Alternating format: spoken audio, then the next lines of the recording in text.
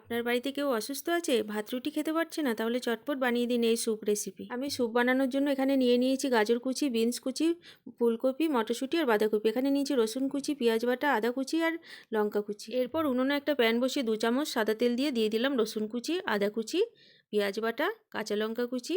এবার একটু ফ্রাই করে দিয়ে দেবো এবার সব রকম সবজিগুলো। এরপর সবজিগুলো হালকা করে ভেজে নেবো, বেশি ভাজবো না। দিয়ে দিলাম পরিমাণ মতো নুন, দিয়ে 5 মিনিটের জন্য ঢাকা দিয়ে দিলাম।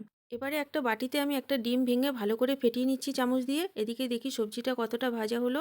সবজির ভিতরে দিয়ে দিলাম আমি 2 গ্লাস পরিমাণ জল, যেহেতু আমরা 4 জনা খাবো।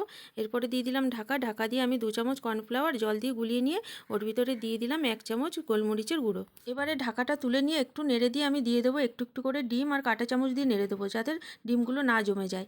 এরপরে দিয়ে দেবো আমি কর্নফ্লাওয়ার আর গোলমরিচের মিশ্রণ, দিয়ে ভালো করে নেড়ে দিয়ে শেষমেশে দিয়ে দিলাম একটু লেবুর রস দেওয়ার পরে একটু নেড়ে দিয়ে আমি 2 মিনিটের জন্য ঢাকা দিলাম। ঢাকাটা তুলে রেডি হয়ে গেল হেলদি এবং টেস্টি স্যুপ রেসিপি।